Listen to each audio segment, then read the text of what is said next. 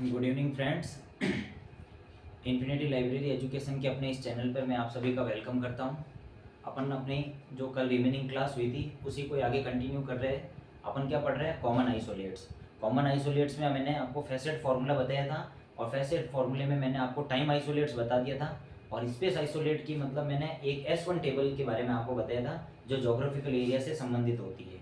आज मैं आपको उसी को आगे कंटिन्यू करते हुए S2 टेबल को बताऊंगा, फिर उसके बाद में जो सारे फैसेट्स होते हैं एक एक इंडिविजुअल फैसेट्स को बताऊंगा और फिर पूरे फॉर्मूले को आपको मैं आज समझाता हूँ ना।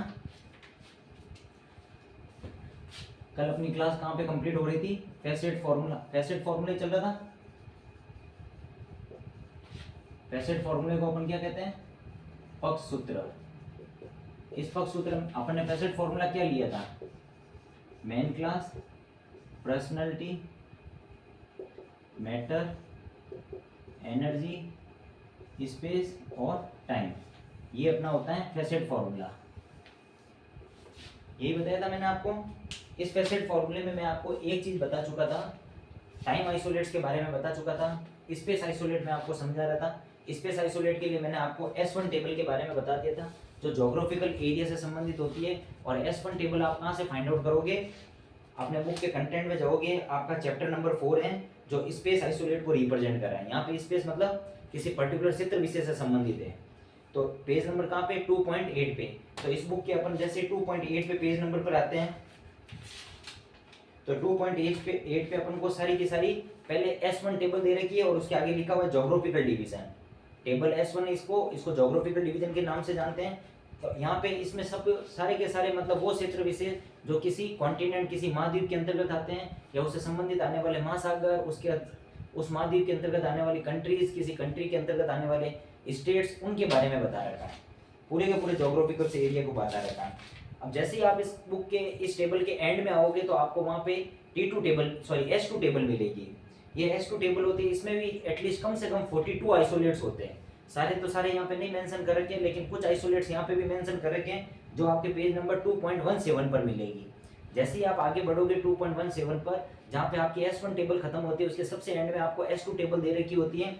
इसको अगर 7th एडिशन में एनेक्सर करके मतलब इसमें कुछ चेंजेस किया गया है, इनके वर्गांक चेंज किए, लेकिन आपको वो वर्गांक यूज नहीं करने हैं। आपको 6th एडिशन ही यूज कर रहे हो, आप प्रैक्टिकल में 6th एडिशन यूज कर रहे हो। तो 6th एडिशन में जो वर्गांक दिए गए उन्हीं वर्गांक को आपको यूज करना है। जैसे कि जियोस्फीयर एरिया के लिए क्या दे रखा है? 1 दे रखा है। फॉरेस्ट के लिए क्या दे रखा है? 1 2 4 दे रखा है। डेल्टा के लिए क्या दे रखा है? 1 3 7 दे रखा है। आइलैंड के लिए 1 4 दे रखा है। वैली के लिए 1 6 दे रखा है। माउंटेन के लिए 2 दे रखा है। सिटी में अगर टाउन या विलेज किसी की भी बात हो तो उसमें 3 दे रखा है। लेक के लिए 5 4 दे रखा है। रिवर के लिए 6 दे रखा है। और नीचे नोट भी लिखा हुआ है, any specific isolate should be individual by AD. AD का मतलब क्या होता है?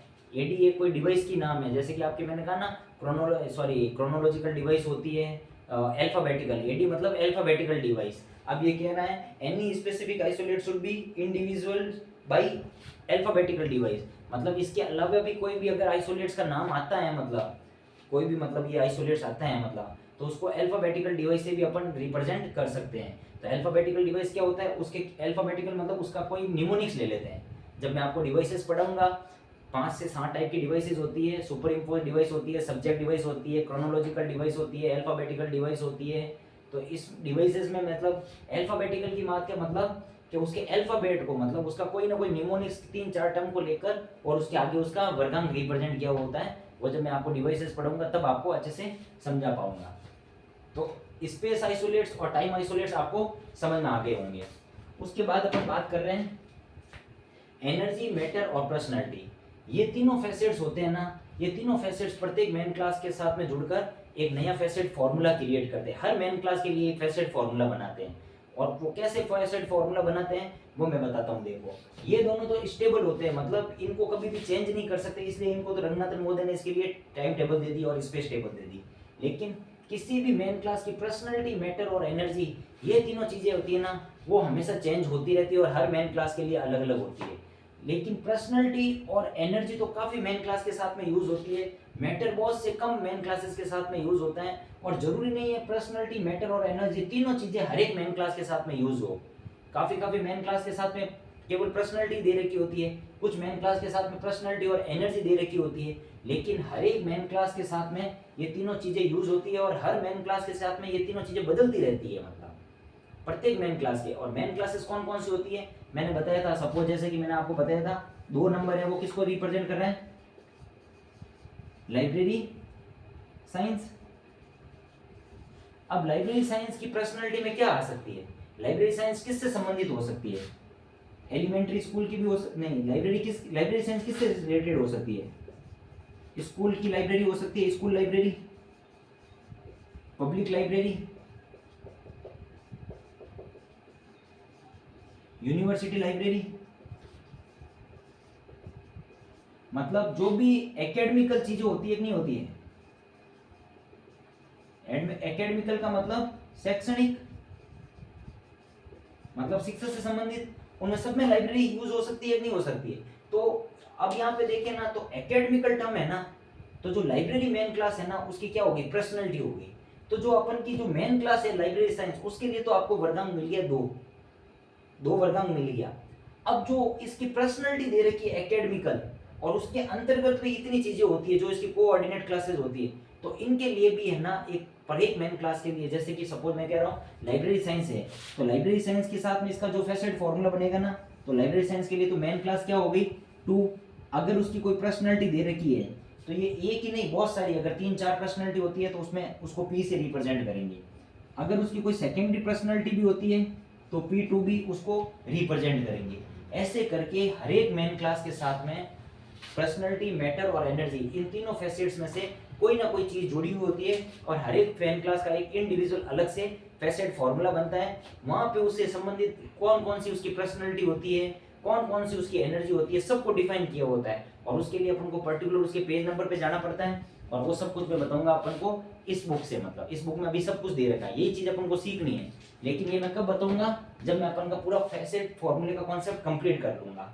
तो आपको ये पता चल गया, स्पेस के लिए टाइम दे दिया, टाइम के लिए नहीं सॉरी स्पेस के लिए अलग से टेबल दे दी रंगनाथन महोदय ने, टाइम के लिए अलग से टेबल दे दी। और इन तीनों, ये जो तीनों होती है जो हर एक मेन क्लास के लिए क्या होती है, परिवर्तित होती है। स्पेस और टाइम हर मेन क्लास के लिए सेम रहता है, अगर कोई भी टाइम दे दिया किसी भी मेन क्लास के लिए तो वो चेंज नहीं होता। जोग्राफिकल इंडिया, जोग्राफिकल एरिया हो गया, जो इंडिया हो गया, राजस्थान हो गया, पंजाब हो गया, हरियाणा हो गया, यूपी हो गया, बिहार हो गया, ये किसी भी मेन क्लास के लिए रहेगा तो वही रहेगा मतलब।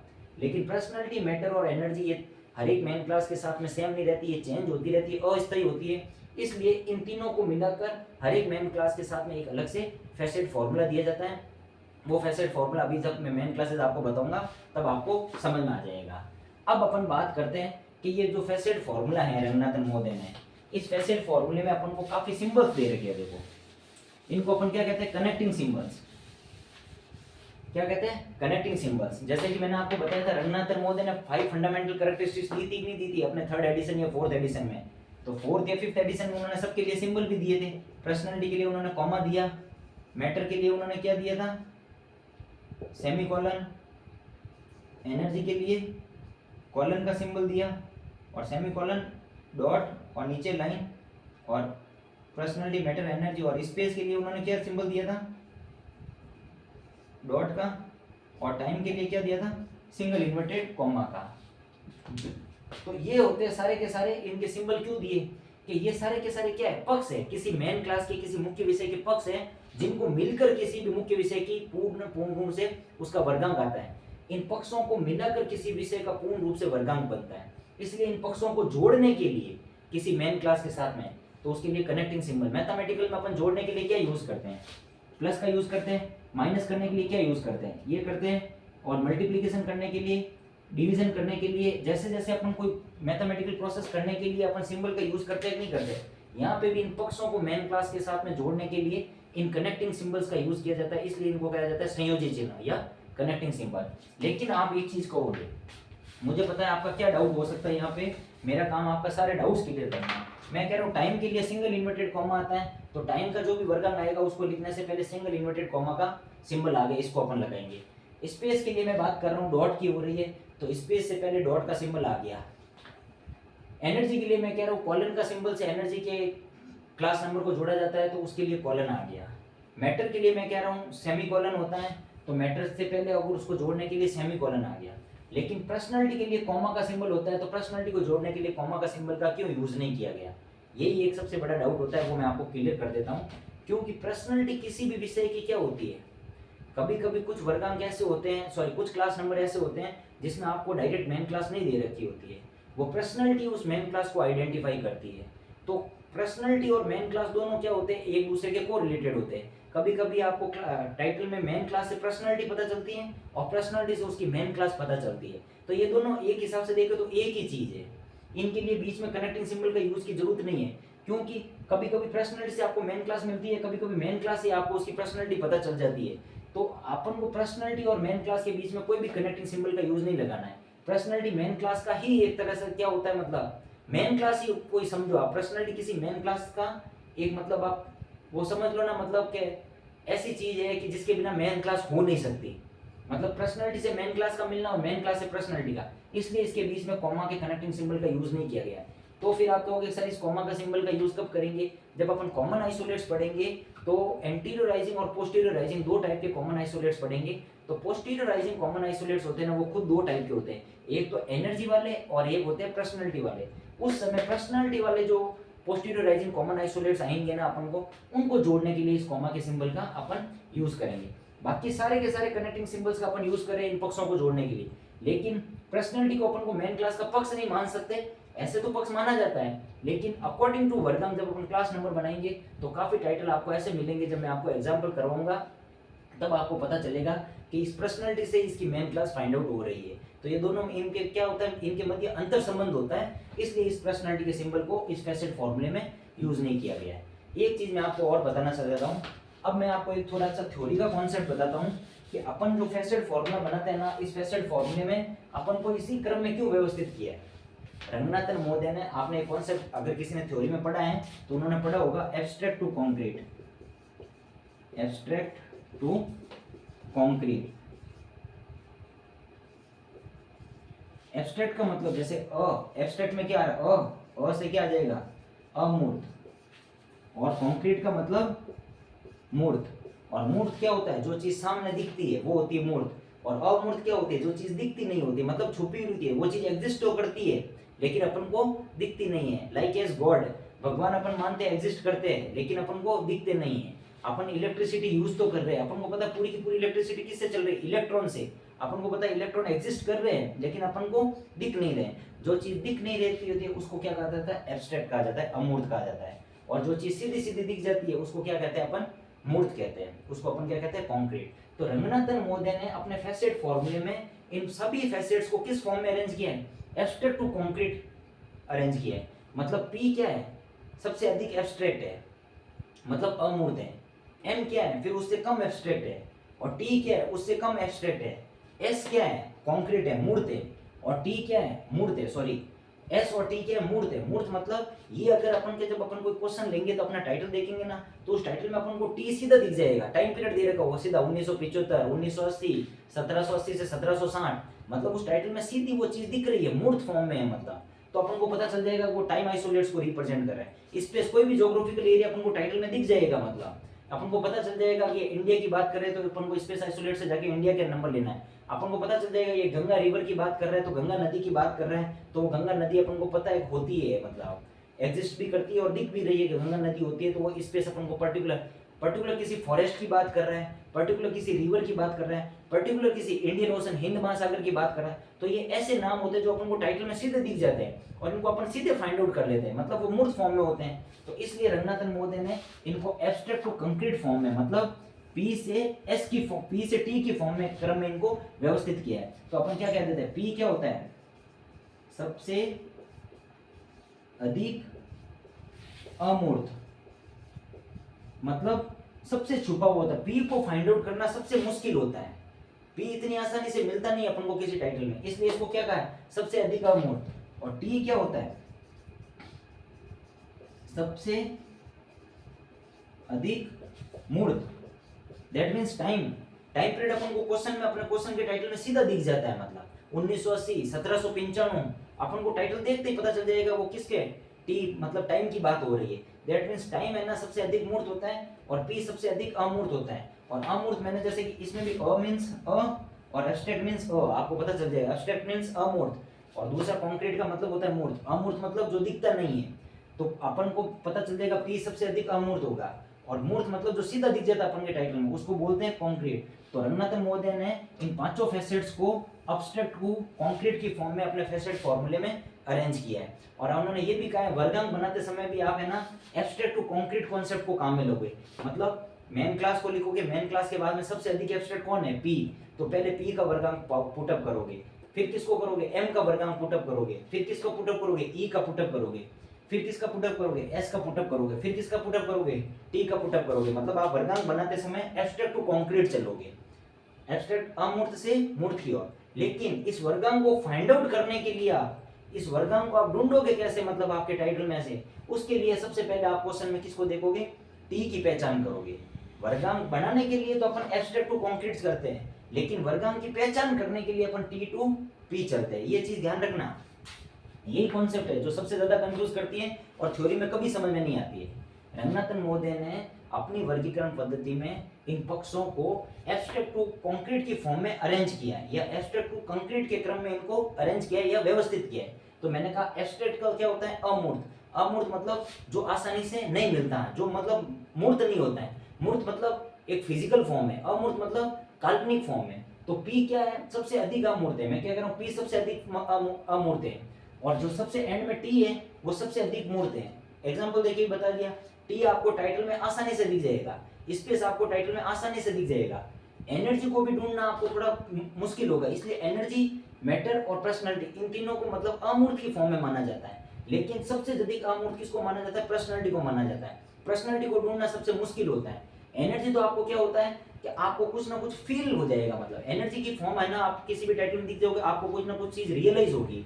जैसे कि मैं कह रहा हूँ वेव्स की बात कर रहा हूँ या रेस की बात कर रहा हूँ, जैसे अपने किरणें होती है, अपन को पता है एनर्जी को रिप्रेजेंट कर रहा है। मतलब जैसे मैं बोल रहा हूँ तो मेरा प्रोफेशन है जैसे टीचिंग का, तो मैं बोल रहा हूँ तो मेरी एनर्जी कंज्यूम हो रही है, तो कुछ ना कुछ फील हो रहा है, नहीं हो रहा है कि हाँ भाई एनर्जी कंज्यूम हो रही है। एनर्जी की फॉर्म वो टीचिंग है या जो मेरा स्पीकिंग है, तो वो एनर्जी में, एनर्जी की कॉन्सेप्ट में जाएगा, क्योंकि यहाँ पे कुछ ना कुछ क्या हो रहा है, फील हो रहा है, मूवमेंट फील हो रहा है। मतलब जैसे क्लासिफिकेशन है, वर्गीकरण करते समय लाइब्रेरियन का एक मूवमेंट फील होगा, कैटलॉगिंग करते समय लाइब्रेरियन का एक मूवमेंट फील होगा।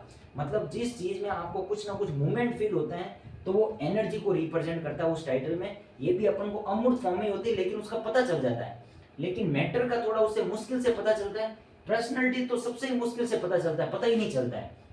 इसलिए रंगनाथन महोदय ने कहा है कि इनको, इनका क्रम होता है, इनको अरेंज करने के लिए तो वर्गांक बनाने के लिए तो एब्स्ट्रैक्ट टू कंक्रीट की फॉर्म में इनको अरेंज करेंगे, मतलब अमूर्त से मूर्त की तरफ, पी से टी की तरफ। लेकिन उस वर्गांक की पहचान करने के लिए, अपन को ढूंढने के लिए अपन टी से पी की तरफ फाइंड आउट करेंगे। तो सबसे पहले अपन अपने टाइटल में किसको फाइंड आउट करेंगे, फिर सबसे पहले अपन उस टाइटल में टी को खोजने की कोशिश करेंगे। टी मतलब कि अपने टाइटल में टाइम देखेंगे, टाइम को खोजने की कोशिश करेंगे। सबसे पहले टी की पहचान करेंगे, उसके बाद अपन एस की पहचान करेंगे, और उसके बाद में अपन ई की पहचान करेंगे, उसके बाद अपन एम की पहचान करेंगे, और देन उसके बाद में अपन पी की पहचान करेंगे। पहचान करने के लिए इस फॉर्मेट में चलेंगे, और इस फॉर्मूले के लिए अपन वर्गांक बनाने के लिए रंगनाथन महोदय ने इसको एब्स्ट्रैक्ट टू कॉन्क्रीट मतलब पी से टी की फॉर्म में इसको व्यवस्थित किया है।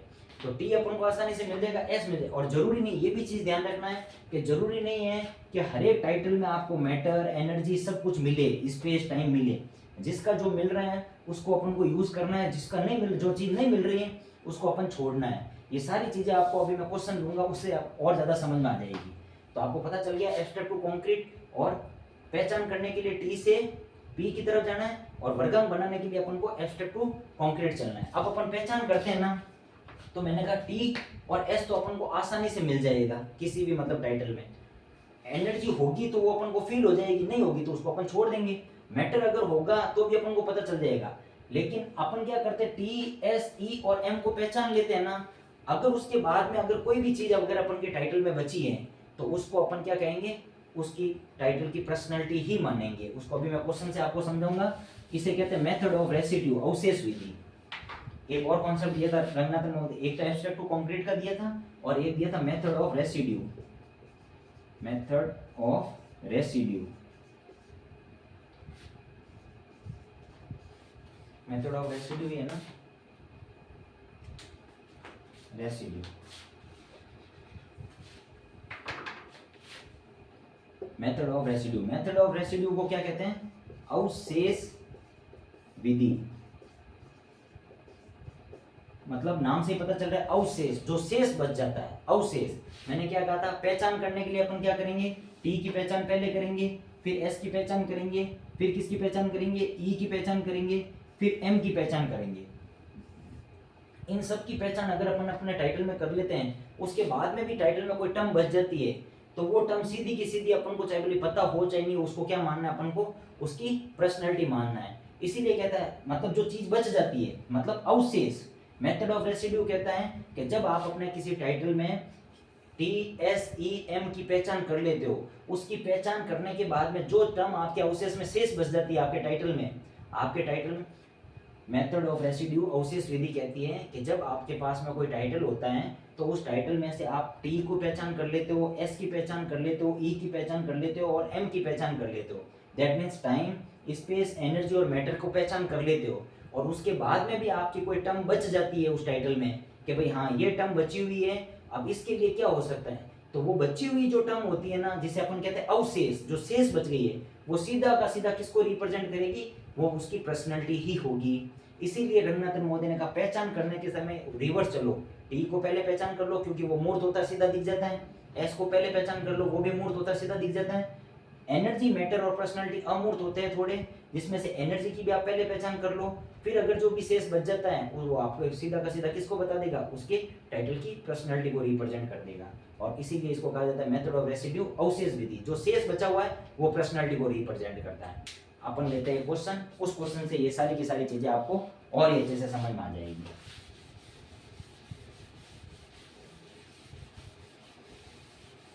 ये क्वेश्चन मैं अपने अकॉर्डिंग ही बना के और आपको बता रहा हूँ कि अपन को पहचान कैसे करनी है, समझने कैसे। ये कोई टाइटल का क्वेश्चन नहीं है कि पर्टिकुलर टाइटल ऐसा ही होता है, मैं बता रहा हूँ एक एक टर्म को अपन कैसे पहचान करते हैं, कैसे रिमेनिंग टर्म, जो शेष बची हुई टर्म है, जो पर्सनालिटी को रिप्रेजेंट करती है ना। मैं जैसे कि आपके लिए क्वेश्चन दे रहा हूँ, colon classification book of Rajasthan University in 2025।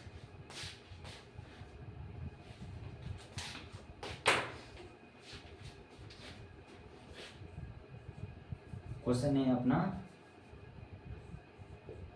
Column classification book of Rajasthan university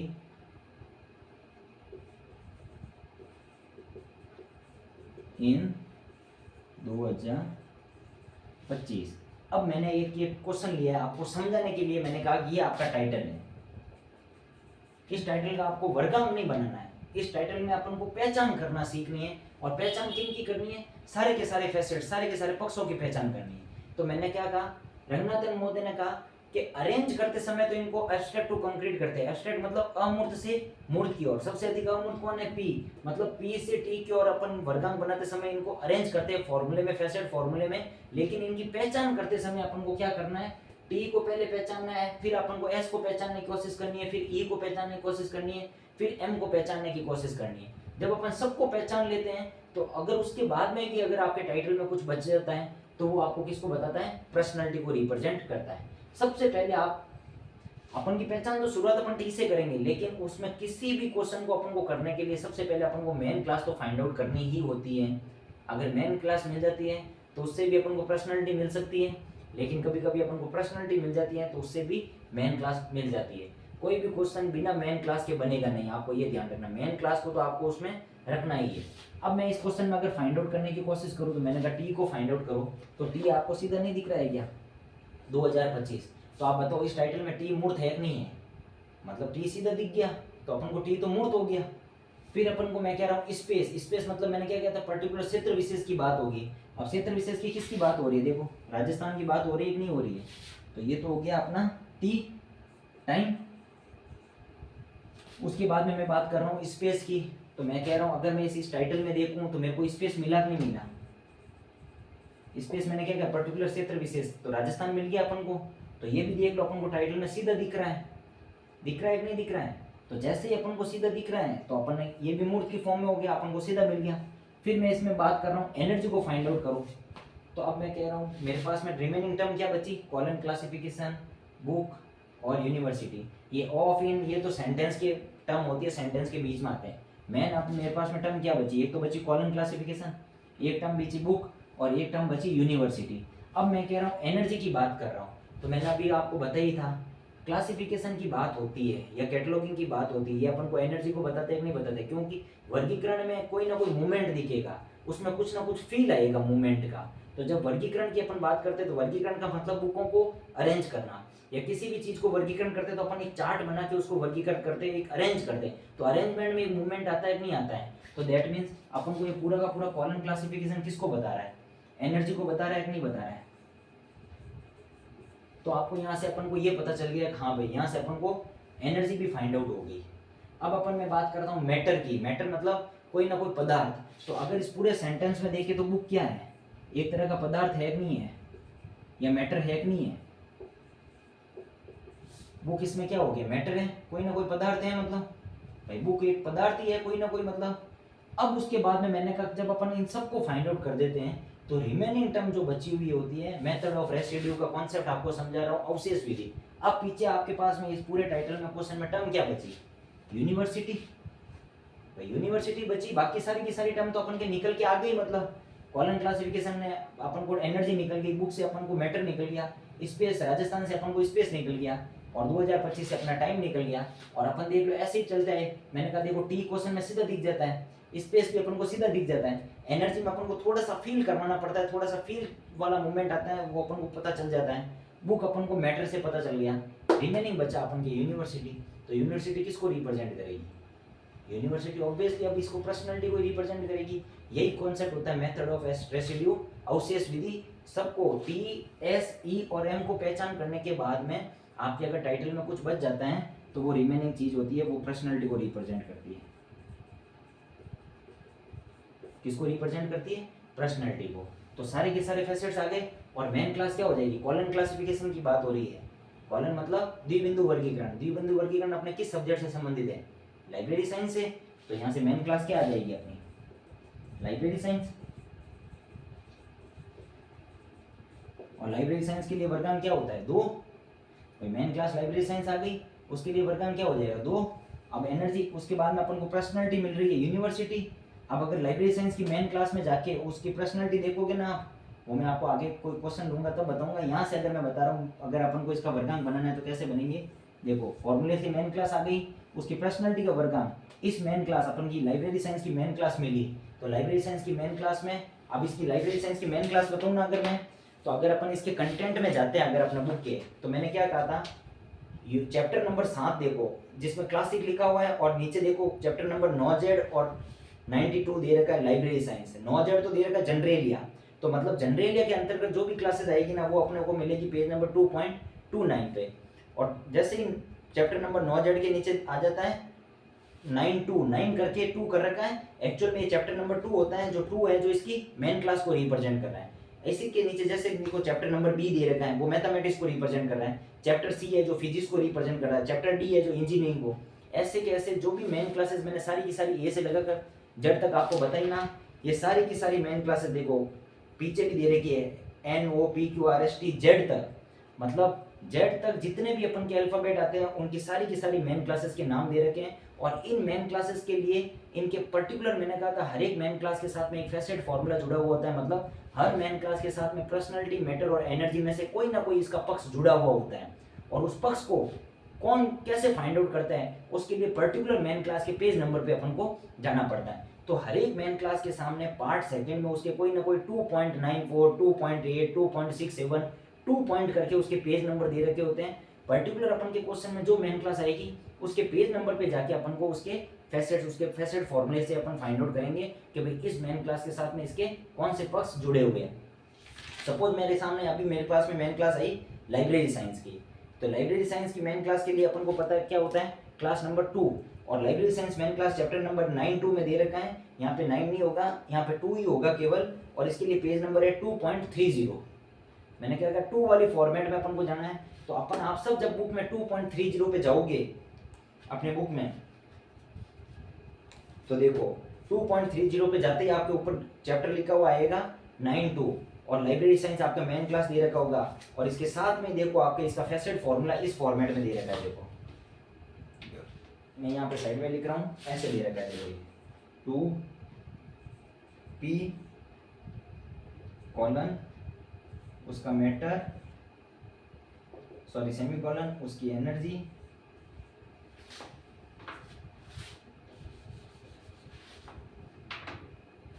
then 2p।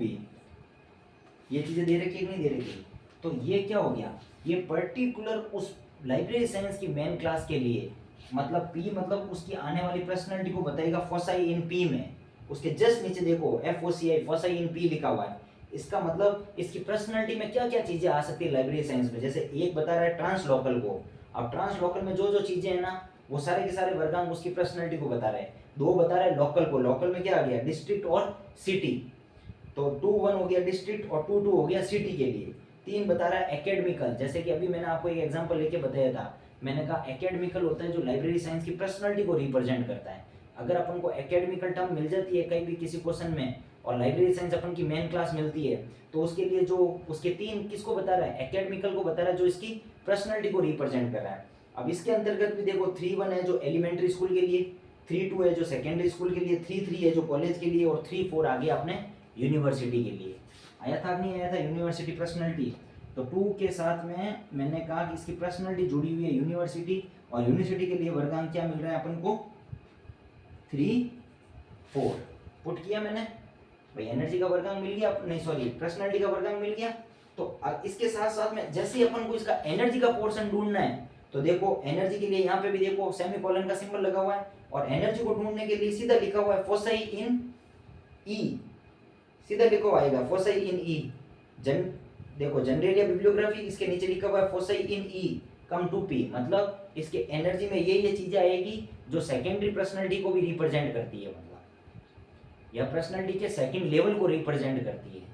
मतलब इसका जो एनर्जी में जो भी टर्म आएगी वो इसकी पर्सनालिटी के सेकंड लेवल को रिप्रेजेंट करती है। एक राउंड्स और लेवल का कॉन्सेप्ट होता है, राउंड्स होता है कितनी बार उस पर्सनालिटी की या मैटर की एनर्जी की पुनरावृत्ति हो रही है, और लेवल्स होते हैं जो उसके कितने स्तर बन सकते हैं, वो भी चीज मैं आपको समझाऊंगा। यहाँ पे लिखा हुआ फोसाई इन ई, मतलब फोसाई इन ई का मतलब है अब इसकी एनर्जी में क्या क्या टर्म आ सकती है। यहाँ से अपन के पास में एनर्जी में निकल के आ रहा है कॉलम क्लासिफिकेशन, तो कॉलम तो अपन के सब्जेक्ट का नाम है, तो यहाँ पे देखो क्लासिफिकेशन के लिए वर्गांक दे रखा है 51, जैसे 5 दे रखा है टेक्निकल ट्रीटमेंट और 5 की सब ब्रांच दे रखा है 51 दे रखा है क्लासिफिकेशन के लिए। तो क्लासिफिकेशन कॉलम क्लासिफिकेशन के लिए वर्गांक क्या निकल के आ गया 51। तो अपने पर्सनालिटी पुट कर दिया, मेन क्लास पुट कर दी, कोई सिंबल नहीं होता, पर्सनालिटी पुट कर दी। फिर मैटर को पुट करने से पहले अपन को क्या लगाना होता है, कॉमा का सिंबल, सेमीकोलन का सिंबल लगाना होता है। लेकिन सेमीकोलन के लिए अपन को क्या मिल रहा है, बुक। मैटर को अगर अपन देखें ना, same as for in P, foci in M same as foci in P for general या बिब्लियोग्राफी।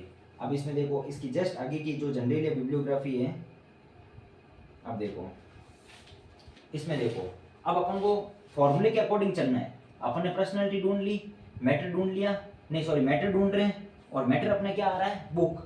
अब बुक को अपन कैसे ढूंढेंगे, तो बुक मतलब अपन इसको मैटर को दुकेंगे, तो मेन फॉर्मूले में क्या कह रहा है 2 के बाद में देखो कोष्टक में पी के बाद में एम, तो एम मींस मैटर को रिप्रेजेंट कर रहा है इस मेन क्लास का। तो इसकी मैटर क्या दे रहा है, फोसाई इन एम में दे रखा होगा। तो जैसे ही आप देखो 97 प्राइवेट लिखा हुआ है, उसके नीचे लिखा हुआ फोसाई इन एम। एम मतलब लाइब्रेरी साइंस मेन क्लास के लिए जो मैटर काम में आ रहे हैं उनको रिप्रेजेंट करेगा। इसके नीचे क्या लिखा हुआ है, same as foci in P for general bibliography, मतलब जनरल या बिब्लियोग्राफी, मतलब ये कह रहे हैं कि same as foci in P, मतलब जनरल या बिब्लियोग्राफी, जो जनरल या मेन क्लास है उसमें जो पर्सनालिटी के जो टर्म आ रही है वो सेम और सेम लाइब्रेरी साइंस की मेन क्लास के लिए वो किसके टर्म होंगे, उसके मैटर के टर्म होंगे। तो इसके लिए अपन क्या जाएंगे, जनरल क्लास में जाएंगे। तो अपन जब वापस अपन के अपने फर्स्ट नंबर पेज नंबर पे आते हैं, जो कंटेंट वाला पेज होता है, तो लाइब्रेरी साइंस के जस्ट ऊपर देखो जनरल क्लास दे रखी है जिसको 9Z से रिप्रेजेंट करते हैं, और इसके लिए पेज नंबर दे रखे 2.29। 2.30 पे तो अपने लाइब्रेरी साइंस थी, उससे जस्ट आगे वाला पेज 2.29 पे अपन को जनरल क्लास दे रखी है। तो इसको समझो, फोसाई इन एम लिखा हुआ है, मतलब इसमें कोई भी टर्म नहीं दे रखी है, लेकिन इसने दे दिया same as foci in P for general class, मतलब जनरल क्लास में जो पी उसकी पर्सनालिटी को बता रहे हैं वो कि वो टर्म है ना इस लाइब्रेरी साइंस मेन क्लास के लिए वो उसके मैटर का काम करेंगे। तो वहाँ पे अपन को बुक का देखेंगे क्या वर्गांक आ रहा है, वही का वो सेम वर्गांक किसके लिए आ जाएगा, लाइब्रेरी साइंस मेन क्लास के लिए वो इसके मैटर का काम करेगा। तो जनरल क्लास अपन को क्या मिल रही है 2.29 पे। तो जैसे इसमें नीचे आ रहे हैं तो 4 देखो बाय नेचर ऑफ पब्लिक, सबसे पहले तो इसमें भी देख लो इसका फैसेट फॉर्मूला दे रखा है ऊपर, इसमें देखो फैसेट फॉर्मूला जनरल क्लास को किससे रिप्रेजेंट कर रखा है, ए से, तो आगे देखो स्मॉल ए लिखा हुआ है। फिर देखो पी, P2, P3 और P4, ये इसकी पर्सनालिटी के सारे बता रहे हैं, सेकेंडरी पर्सनालिटी, टर्सरी पर्सनालिटी, इसमें 4 टाइप की पर्सनालिटी हो सकती है। अब इसमें स्मॉल ए किस लिए दिया था, बिब्लियोग्राफी के लिए, क्योंकि जनरल ए क्लास में अपन देखते हैं ना तो स्मॉल ए बिब्लियोग्राफी को रिप्रेजेंट करता है, जो एक प्रकार का सारे अपन का कॉमन आइसोलेट भी होता है, वो मैं आपको बताऊंगा बाद में। लेकिन यहाँ पे देखो अगर अपन नीचे आएंगे तो फोसाई इन पी में अगर अपन जैसे ही नीचे आते हैं तो 4 नंबर जो डार्क कलर में दे रखा है 2.2 नंबर पेज नंबर पर, तो दे रखा है बाय नेचर ऑफ पब्लिक पब्लिशन, तो पब्लिशन के नेचर के अकॉर्डिंग दे रखा है 43 पे दे रखा है बुक, इसमें देखो 4 की आगे टर्म में दे रखा है 43, बुक के लिए वर्गांक क्या आया 43, तो 43 वर्गांक जो यहाँ पे इसकी पर्सनालिटी बता रहा है जनरल क्लास की वो सेम हो जाएगा लाइब्रेरी साइंस की मेन क्लास के लिए, उसका मैटर का टर्म हो जाएगा, क्योंकि वहां पे अपन ने मैटर में देखा यही नोट दे रखा था foci in M same as foci in P for general bibliography. तो जैसे ही जनरल बिब्लियोग्राफी पे अपन उसके पर्सनालिटी में गए फोसाई इन पी में, तो वहां पे बुक का अपन को जो वर्गांक मिला वो लाइब्रेरी साइंस के लिए वर्गांक किसके लिए हो जाएगा, उसके मैटर का, और उसके लिए बुक के लिए वर्गांक क्या निकल के आ रहा है 43। लेकिन मैटर को पुट करने से पहले अपन क्या सिंबल लगाते हैं, कॉलन नहीं सॉरी सेमीकोलन, बिंदु और कॉमा, सेमीकोलन, और मैटर के लिए अपन के पास में क्या निकल गया यहाँ 43, ये मैंने पुट कर दिया। मैटर के बाद में अपने पास में आ रही है एनर्जी, एनर्जी से पहले अपन सिंबल किसका लगाते हैं कॉलन का, और एनर्जी का भी मैंने उसको अपन को फाइंड आउट किया था कॉलन क्लासिफिकेशन किसकी, सेम अपनी लाइब्रेरी साइंस के लिए मेन क्लास के लिए, तो ये सब कुछ फाइंड आउट कर रहे हैं अपन।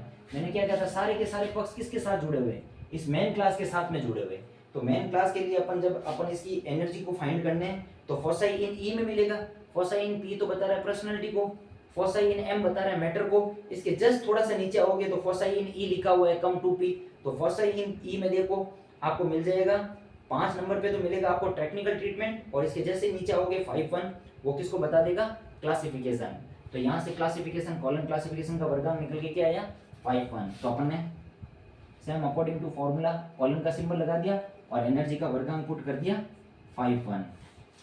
एनर्जी के बाद में अपन को चाहिए स्पेस, तो स्पेस से पहले अपन ने सिंबल किसका लगाया डॉट का, और स्पेस क्या है अपना राजस्थान, अभी मैंने बताया था 4 अपने इंडिया को रिप्रेजेंट कर रहा है। आप स्पेस टेबल में जाओगे, स्पेस टेबल आपको कहाँ पे मिलेगी पेज नंबर, जैसे ही वापस कंटेंट में आओगे आप देखोगे स्पेस आइसोलेट चैप्टर नंबर 4 में, और इसके लिए पेज नंबर दे रखे 2.8 पे जाके आप सबसे पहले एशिया को देखोगे, एशिया के लिए 4 मिलेगा। अब उसके बाद आप सीधा इंडिया को सर्च करो, इंडिया के लिए आपको 4 मिलेगा।